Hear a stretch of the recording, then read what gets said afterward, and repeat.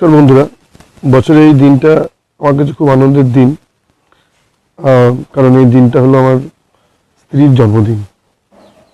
তো প্রত্যেকটা স্বামীর উচিত তার স্ত্রীকে জন্মদিনে উইশ করা এবং এই দিনটা খুব ভালোভাবে সেলিব্রেট করা।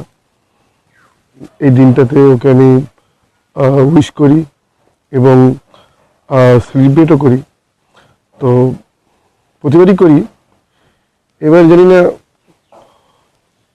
ফেসবুকের নোটিশটা আসতে একটু হয়তো মিস করে গেছিলো বা আমি তো দেখতে পাইনি। তো যার জন্য ও একটু সময় রাগ করেছে, রাগ করে একটু ঝড়াঝড়ি করে আর কি ভাবে চলে গেছে।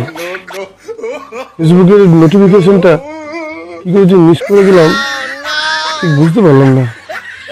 এরকম তো হয় না। हे प्रभु हे हरि राम कृष्ण जगन्नाथ प्रेमानंद